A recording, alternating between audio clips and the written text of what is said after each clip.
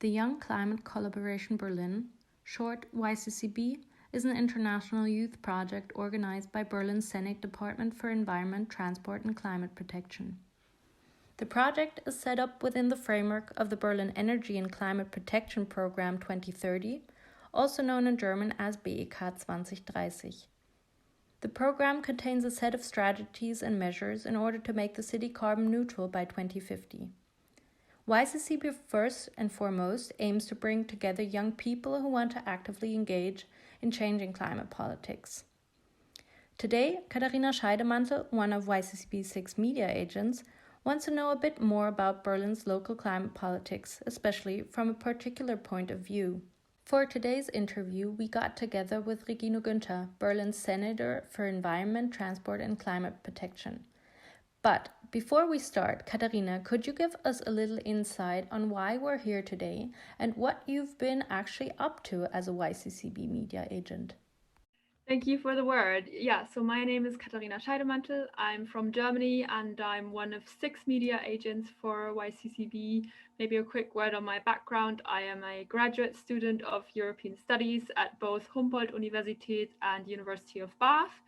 And that kind of says a lot about the YCCB media agent team because we are a very international team. We have very different backgrounds. And since March of this year, we cover all kinds of different aspects of climate change on the YCCB media channels, especially Instagram. And of course, with a focus on Berlin and on the Berlin Energy and Climate Protection Program 2030.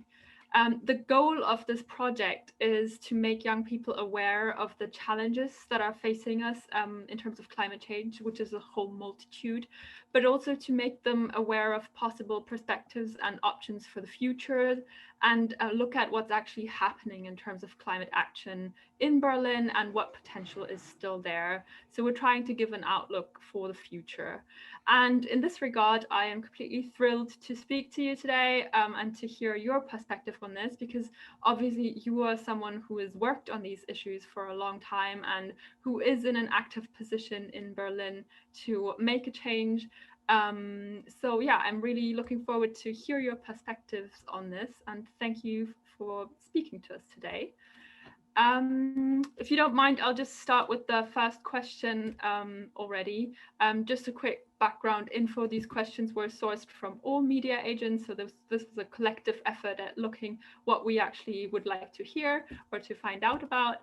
And the first question is a more personal one, perhaps, whether there was a specific event or fact that prompted you to get involved in climate action? What's the thing that drives you to fight climate change? Yes, hello everybody. I'm really very happy to have you here and that I can make a contribution to that exciting project. Regarding your question, it's not such a specific event that I can remember that I was thrilled by fighting climate change, but I was growing slowly into this field. Very early in my studies, I started with investigations into the field of nuclear power. What are the side effects by using nuclear power? What are the risks? And so I started to be interested in the environmental issues. And at the beginning of my professional life, I was in a project that had the task to strengthen energy efficiency, especially on the end consumer side, what is pretty challenging. And then in 1990, I was offered the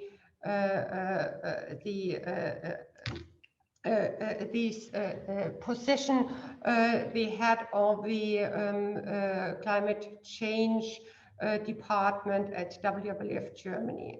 And then I headed this department for 17 years. And I think in these 17 years, it was really an exciting experience. I learned a lot in the different areas, starting by participating in all the international climate conferences of the UN, and to look what was the beginning, or to influence the beginning of the emission trading scheme of the EU.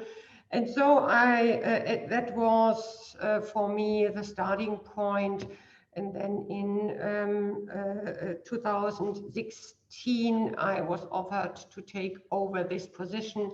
And so I changed from the NGO to a politician experience. And so I'm here now.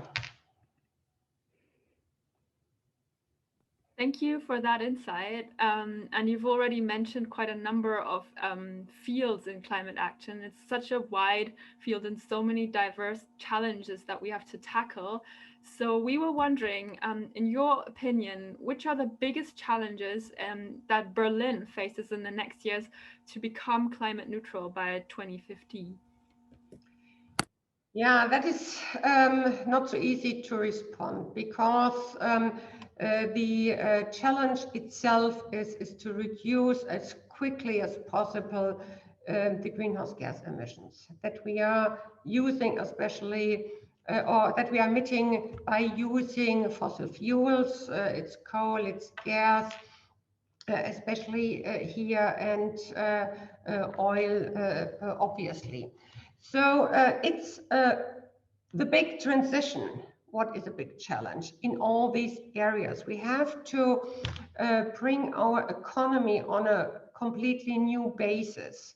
That means to move away from these fossil fuels into renewables, to use the energy more efficiently, and to do that in a manner that the people, that the population is supporting our politics. We are living in a democracy, and so we have to include people. And it's not that we can follow completely a top-down approach. We must, in order to be successful, to reduce CO2 in such a very short time frame, combine the top-down, reducing CO2 by implementing different instruments, together with a bottom-up approach, that people are involved in this big transformation. I think that is the big challenge. It's about energy production, it's about traffic and or transport, what we have to, and it's about the housing sector. That means more or less a building sector. So in these three areas, we need to be very active, and we need to speed up by our programs in order to reduce the greenhouse gas emissions. Thank you. You mentioned the people, or the support of the people, which I think is a very, very important point. And the next question is actually on an issue that is very close to everyday life, and that has become more of an issue in times of lockdown and COVID as well. Because Berlin currently sees, I think, 16,000 tons of waste, which is a 2% increase from before lockdown. And one of the reasons is, of course, that that a lot of people order takeout, but also order on the internet. And we were wondering if there are any policies in place or something that's coming up, especially to reduce the use of single-use plastic, for example, in restaurants or supermarkets. Yeah, very important issue. We have to address, I think, three areas. The first one is we need stronger legal provisions from the federal government. That is really important. The second issue is we, as the local government, we started several projects like the Better World Cup. That means that setting up a deposit cup system with refundable deposit long selected underground. I think I will repeat it. What I want to make clear. Well, we started a project that is called Better World Cup, and there we have set up a deposit cup system with refundable deposits in the metro stations, in the urban rail lines, so that people use less paper cups, but they use then refundable cups.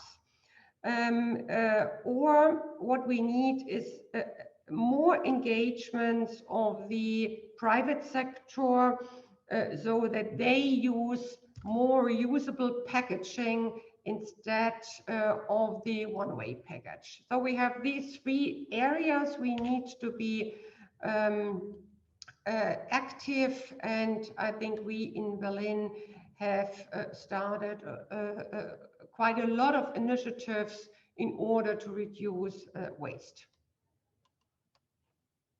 Thank you. And the Better World Cup actually sounds like a really interesting project. I'll definitely be doing some research on that.